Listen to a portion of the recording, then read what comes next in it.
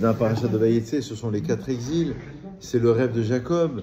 Yaakov Avinu, il rêve. Merci beaucoup. Ça y est, combien de bon, c'est pas grave, merci. Et il va rêver de toute l'histoire d'Israël. Jonathan, on a expliqué que c'est la même Gematria. Alors je voudrais rajouter, pas seulement de Sinaï, parce que ça représente la Torah, parce que Soulam, c'est le rêve de Jacob. Il part de la terre, il atteint les cieux. Les 4 exils, les 4 empires, il les voit. Il a peur du 4e qui est très très long. Apparemment, il n'y a pas de sauf. Dieu lui dit, je serai là, Veine Anochi Imar, je serai, dit Dieu, avec toi. D'accord? Ou je te protégerai, Bechol là où tu iras, va Shivoticha la Dama Azot, je te ramènerai vers cette terre qui est Elo et Ezofra. Magnifique. Parce que je ne t'abandonnerai pas jusqu'à ce que j'ai produit, je ferai ce que je t'ai promis, ce que je t'ai dit qu'on allait faire ensemble. Donc il lui annonce toute l'histoire d'Israël. Là où je voulais m'arrêter, c'était la Gematria de Soulam. Soulam, c'est en même temps Sinaï, parce que par allusion, c'est 136 avec le Vav. Ça veut dire, ça fait allusion évidemment à la Torah qui va être donnée sur le mont Sinaï. Mais c'est la même Gematria que Kol, Mammon et Tzom. Tzom, ça veut dire un jour de jeûne. Mammon, c'est l'argent. Et Kol, ça veut dire la voix. Alors la voix, c'est quoi la voix? C'est 136. Kouf, 100, Vav, 6. La mètre de Kol, c'est 30. Ça fait allusion à la prière. C'est-à-dire, qu'est-ce qui permet l'élévation du monde matériel au monde spirituel? C'est la prière. Ça veut dire l'élévation, parce que l'échelle, elle part de la terre, elle arrive dans les cieux. Il y a des anges qui montent sur l'échelle et des anges qui descendent.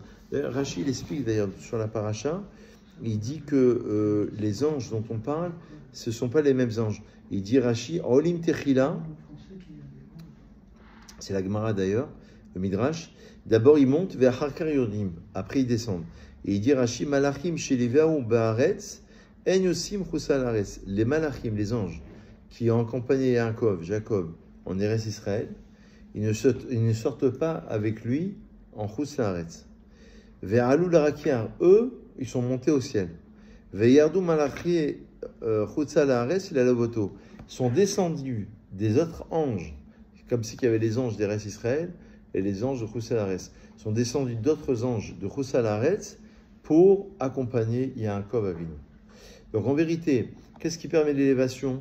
C'est Kol, c'est la même Gematria que Soulam et Sinaï. Soulam, c'est l'échelle. Sinaï, c'est le mont Sinaï. Donc la prière, la voix, c'est la prière. Mammon, c'est l'argent. Il n'y a pas plus symbolique, matériel que l'argent. Le but, c'est de l'élever à un niveau spirituel. Évidemment, Tzom, ça veut dire le jeûne. Le jeûne, ça veut dire jeûner pour se séparer du monde de la matière et monter à un niveau spirituel. Il y a un très beau texte ici qui est expliqué dans le Hashkol, qui précise la chose suivante. Il dit que là, Yaakov Avinu va faire un éder, et juste après, faites attention, la suite de la paracha, c'est qu'il va aller travailler chez Lavan. Et ce qu'il y a de surprenant, c'est que il travaille 7 ans pour épouser Rachel. Finalement, il va lui donner Léa.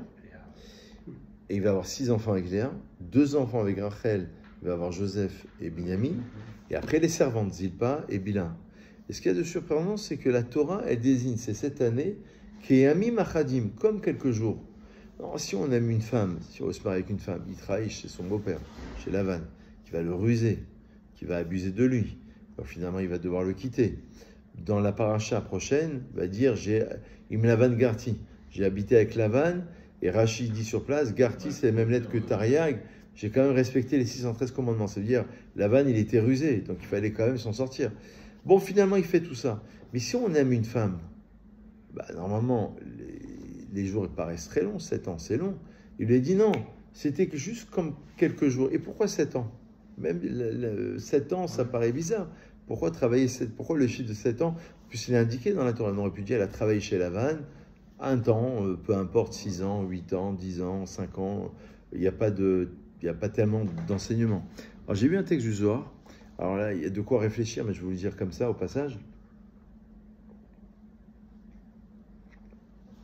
Un très beau texte du Zohar qui dit qu'en vérité, quand Yaakov, alors c'est assez profond, mais je vous le fais simplement, il épouse Rachel et Léa, et bien sûr Bila et Zilpa, parce que ce sont les servantes, avec lesquelles il est en train de construire la maison d'Israël, les tribus d'Israël. Et ce qui est incroyable, c'est que lorsqu'il part avec elle pour avoir des enfants, chaque enfant va avoir un rôle. Il va avoir Réhouven, il va avoir Yehuda, Shimon, Lévi, Issachar. Chacun va être doté, par exemple, Issachar et Zevulun. On l'a expliqué la semaine dernière au nom du Ramchal. Il dit que normalement, de la même manière que l'un travaillait et l'autre étudiait, un contrat, comme si tu finançais quelqu'un qui étudie, et ben le Ramchal, on a expliqué la semaine dernière, je ne sais pas si vous vous rappelez, c'est la même allusion que Yaakov et Esav. Normalement, Esav, il aurait dû être dans le monde de l'extériorité, il aurait dû aider Yaakov qui était dans le monde de l'intériorité. Donc, qu'est-ce qu'il est en train de faire, Yaakov?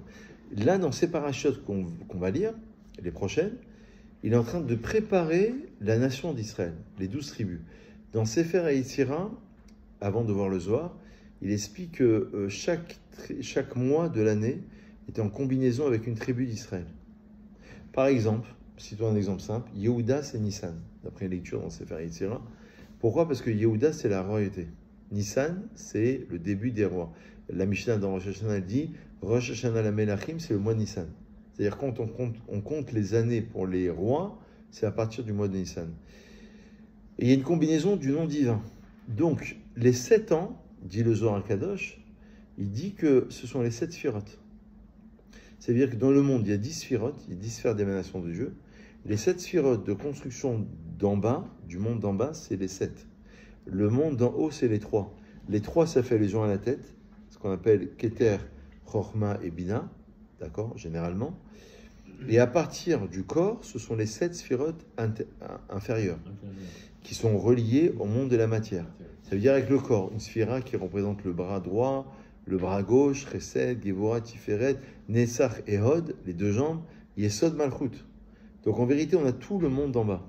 Donc les 7 ans, c'est en vérité, et d'ailleurs, on a une allusion d'après le Zohar, dans le début de la paracha, premier verset. Vous savez que le Chassidut enseigne que le premier mot de la paracha, il enseigne sur toute l'idée de la paracha. Là, c'est Vayetse, il est sorti. Il est sorti d'où? De Be'er Sheva. On va traduire, c'est quoi Be'er Sheva? C'est-à-dire quoi Be'er Sheva? Be'er, c'est un puits. Et Sheva, c'est le chiffre 7. Alors, c'est vrai, tu as raison aussi, j'avais pas pensé. C'est aussi, je vois le serment, la promesse, le fait de jurer. Mais Be'er, c'est le puits des 7. Ça veut dire qu'il est en train de construire toute la maison d'Israël.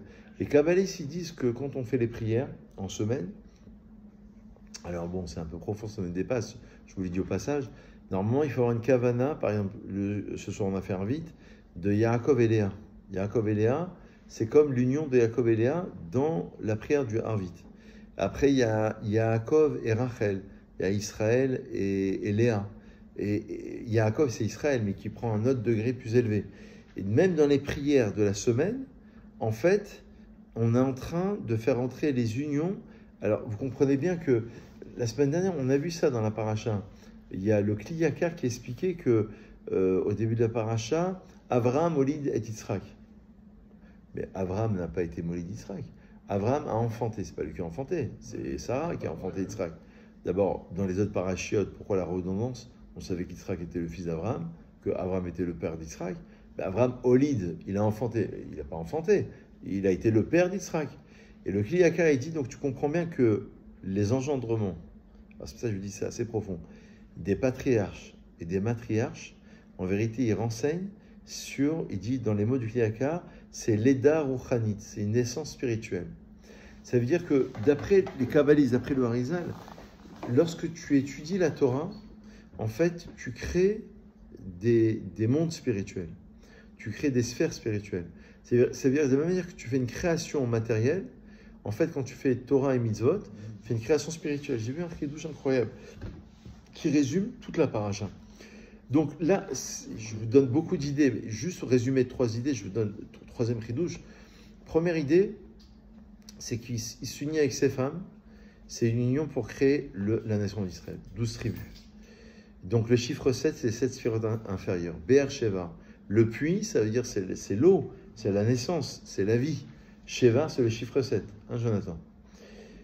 Et donc, au nom du Zohar, on a essayé d'expliquer que les 7 années, ça a été rapide parce qu'il voulait arriver à cela. Il savait qu'il était en train de construire. Et cette construction, qui est une construction spirituelle, comme le dit le Kli Yakar, que ça veut dire que c'est une idée de Abraham Olidet Isra qu'il a enfanté. Il n'a pas enfanté. Ça veut dire que quand on étudie la Torah, on crée quelque chose, on enfante quelque chose. Comme si on allait créer des âmes. Le Harizal, il dit au nom de Ben Azaï, c'était un maître de la Gemara, il ne voulait pas épouser de femme, parce qu'il n'avait pas le temps, il étudiait constamment la Torah. Nous, on n'a pas le droit, on n'est pas à ce niveau-là. Mais lui, Ben Azaï, il a dit dans Yibamot, page 62, il a dit On m'a essayé chez Nafshi Chashka Batorah. Qu'est-ce que je peux faire? Mon âme, elle est attachée, mon âme est profondément attachée à la Torah. Mais lui, en fait, il crée des âmes comme Abraham et Sarah. Un effet les maîtres d'Israël disent c'est quoi les âmes qu'ils ont fait à Haran, Abraham et Sarah? Ils ont créé à travers comme des conversions aujourd'hui. Quand tu enseignes la Torah au fils de ton frère, la Gemara dit, au fils de ton ami, pardon, et ben c'est comme si tu l'avais enfanté. Qui Elou Yelado. Kol alomed et ben chavero Torah, de la Gemara dans Sanhedrin, qui Elou Yelado. Celui qui enseigne au fils de son ami la Torah, c'est comme si il l'avait enfanté.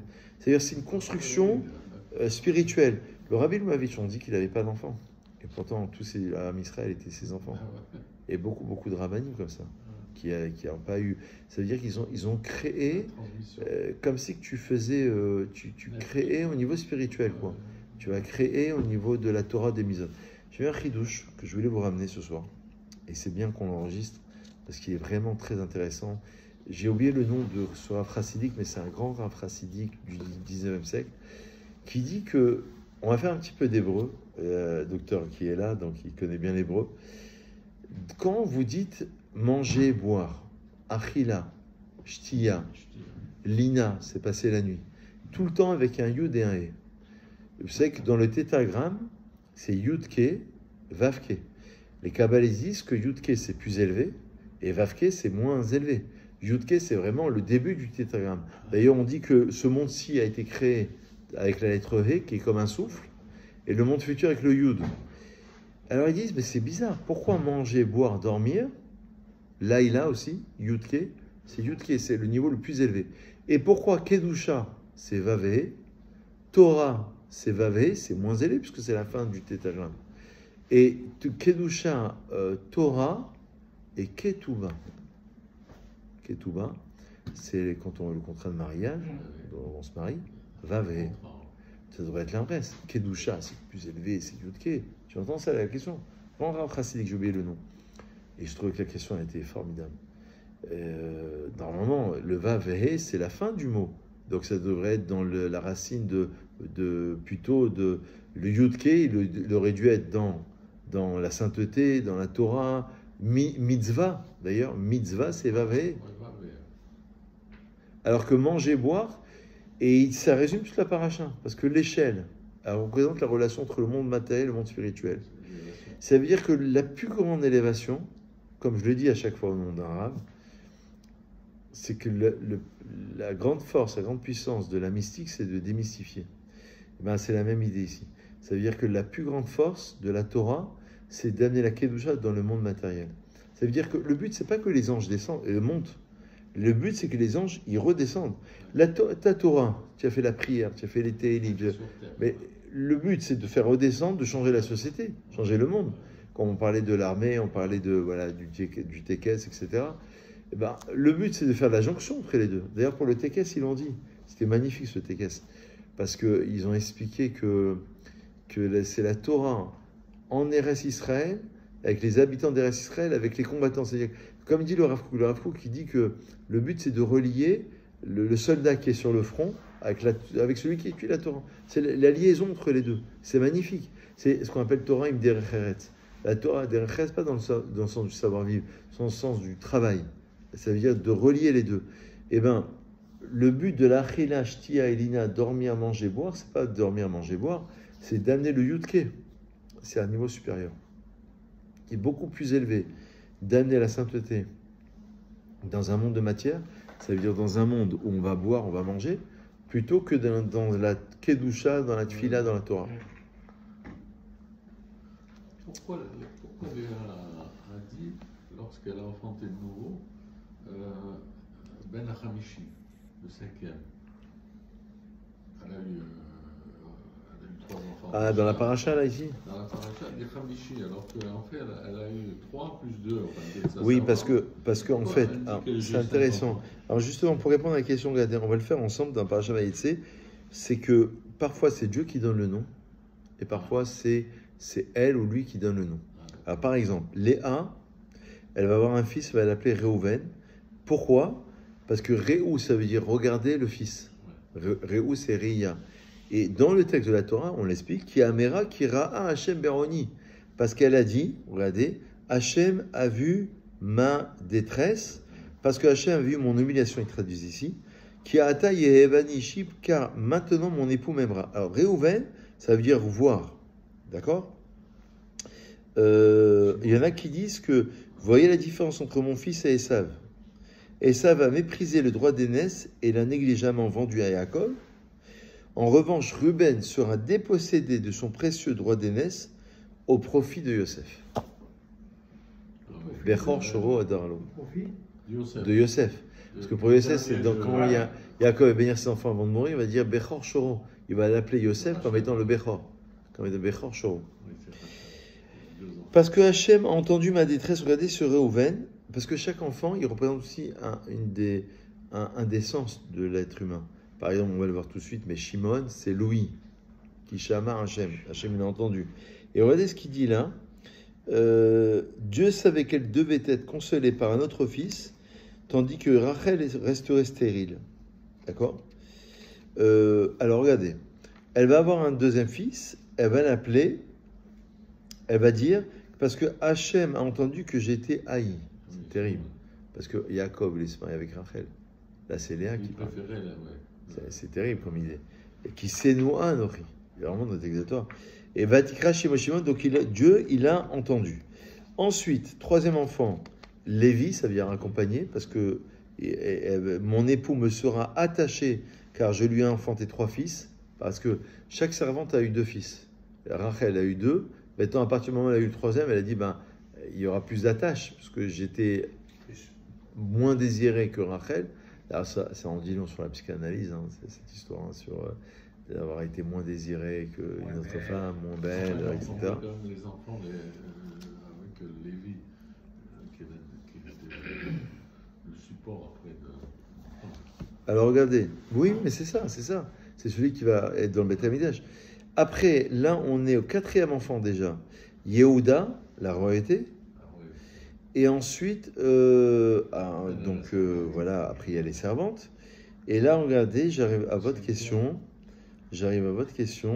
Vatereleda, voilà. Zilpa, donc je saute tout ça. Vatomelea Baga, Vatekrashemogad, ok. Et après, il y a Asher. Et voilà, après, il y a une autre histoire qui se produit. Le premier, c'est le 5e, c'est ça. C'est ça. La deuxième fois. C'est ça.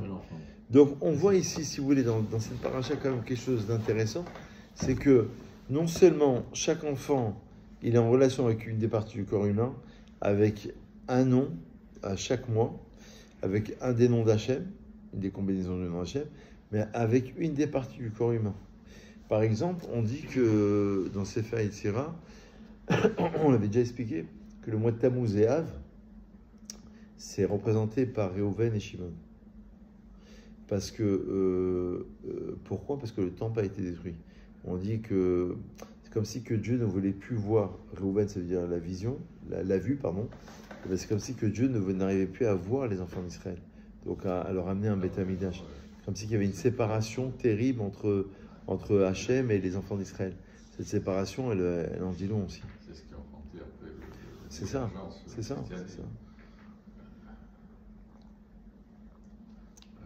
Mais il y a une question, regardez.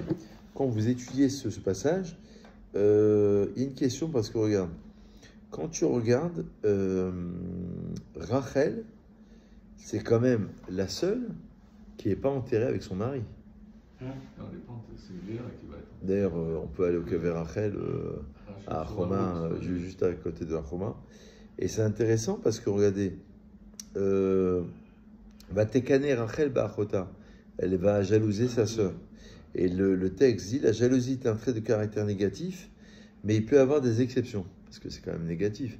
Pourtant, Rachel, elle est enterrée sur le chemin parce que c'est elle qui va accompagner les enfants d'Israël lorsqu'ils vont partir en exil. Rachel, ce symbole de celle qui n'est pas enterrée avec les patriarches, la seule, d'ailleurs, tous les autres sont enterrés à la Meharat Marpella, caveau des patriarches, parce qu'elle accompagne les enfants d'Israël. Mais là, la jalousie, elle est dure. Il dit, il y a une exception. Les Chachamim disent, il est bon d'envier l'érudition ou la piété d'autrui. C'est marqué dans Michelet, Kinat Sofrim Tarbe Chorma. La jalousie des rabbins augmente la sagesse. Ça veut dire que quand tu es jaloux entre rabbins, bah ça augmente la sagesse. Que tu dis, quoi, lui il a fini 3 livres, moi j'ai fini un demi-livre. Donc je vais essayer de m'appliquer. Donc il dit, la jalousie ça peut aussi une motivation. La jalousie est négative, c'est une mauvaise mida. Mais parfois, ça peut être un signe de motivation. Car cela pousse à s'investir plus sérieusement dans l'étude et à acquérir plus de sagesse et de piété. Ici aussi, Rachel pensait que si Léa avait mérité d'avoir tant d'enfants, c'était sans doute parce qu'elle était plus vertueuse. Une jalousie de ce genre est louable. C'est beau ça.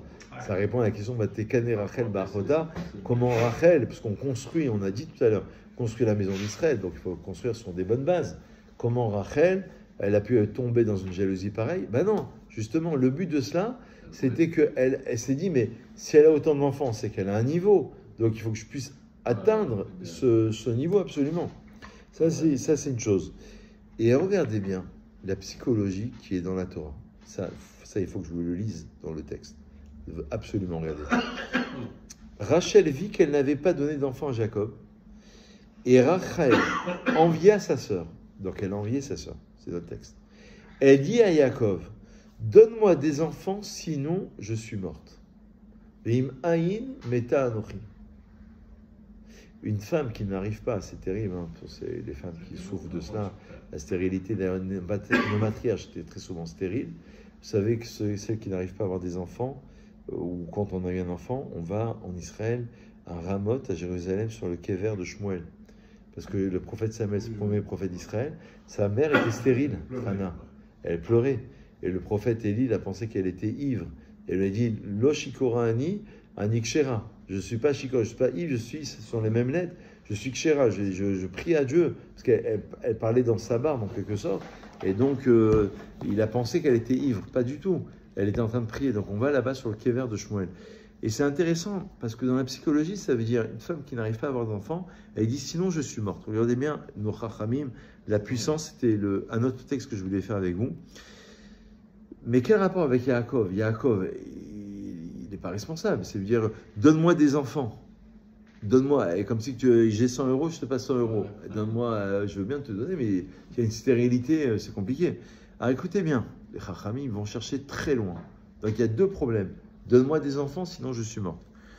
Si tu ne pries pas et n'obtiens pas que j'ai un enfant, je resterai sans postérité et serai considérée comme morte. Ça veut dire que Chacham et ont compris, parce qu'on a expliqué à maintes reprises, pratiquement à chaque cours, que les Sefer Bereshit étaient appelés Sefer Yachar. Pourquoi? Parce que c'est le livre de la droiture. Pourquoi? Parce qu'on apprend le comportement, comment se conduire. Donc, on comprend qu'on a un souci, comme tout à l'heure on a expliqué dans notre cours, que Yaakov il a institué la prière du soir, parce que le soir c'est synonyme de torpeur, d'exil, de frustration. Et donc ça veut dire que c'est là où on doit amener la lumière de Hanouka, c'est dans les moments les plus fragiles de notre vie. C'est là où on doit essayer de rechercher la lumière qui est en nous et qui va essayer de nous éclairer dans les moments les plus durs. Ben là c'est la même idée. Première idée, c'est que donne-moi des enfants, ça ne veut pas dire donne-moi des enfants, ça veut dire prie. Tu dois faire une tefila. Si on n'arrive pas à avoir des enfants, ça veut dire qu'on n'a peut-être pas assez prié. Voilà la première intention. Autre explication, ça va chercher très loin. Sachant à quel point Jacob l'aimait, parce que Jacob, encore une fois, voulait se marier avec Rachel, Rachel a voulu lui faire peur en déclarant qu'elle allait mourir de chagrin. Le Midrash ajoute qu'elle a cité à Jacob l'exemple d'Yitzhak qui avait prié pour Rebecca. Yitzhak et Rivka, c'est la même histoire. Mais cela s'est retourné contre elle, car Jacob lui a répondu, suis-je responsable de ta situation? Et Jacob lui a dit, je ne suis pas responsable. C'est toi que Dieu a privé d'enfants. Ok? Surtout que lui, il avait eu des enfants déjà avec Léa. Donc, on ne peut pas accuser. Oui, bien sûr. On ne peut pas être accusé. Il ne pouvait pas d'abuser. Il avait déjà été père. Alors, le Ramban, il explique quand même, Nachmanide, que Yaakov s'est défendu en disant « Je ne suis pas responsable, on n'arrive pas à avoir des enfants, c'est pas moi le responsable. » Mais ceci étant, le Ramban dit quelque chose d'important. Il dit « Ça fait sans aucun doute que Yaakov a prié pour elle. Il lui a cependant reproché d'avoir laissé entendre que le sadique a le pouvoir d'obliger Dieu à exaucer son souhait, si on peut s'exprimer ainsi. » Il lui a reproché en disant « Je ne suis pas à la place de Dieu. Atachat Elohim Ani, est-ce que je suis à la place de Dieu, moi, pour décider Maintenant, Rachel, elle a redoublé ses prières. Donc, Rachel, c'est synonyme de prière. On va sur Kever Rachel pour demander, pour toutes sortes de demandes d'ailleurs. Et ça va être ça l'explication. Donc, on voit que la souffrance de quelqu'un qui n'arrive pas à avoir des enfants, la souffrance d'être peut-être, avoir le sentiment d'être en retrait, et en même temps de prier et d'espérer. On apprend un grand moussard ici, très très grand moussard, c'est-à-dire c'est en même temps la souffrance et en même temps, encore une fois, la prière qui est mise en avant. Il dit, le Rabbi Nachman de Breslev, il dit dans le même, on dit c'est pas la même idée, mais je voudrais rajouter cette idée, il dit quand quelqu'un subit des humiliations, les humiliations, des bisionotes en hébreu, on le méprise, on le met de côté, d'accord. Il dit, il n'y a pas de meilleur moment pour demander à Dieu ce dont on a besoin.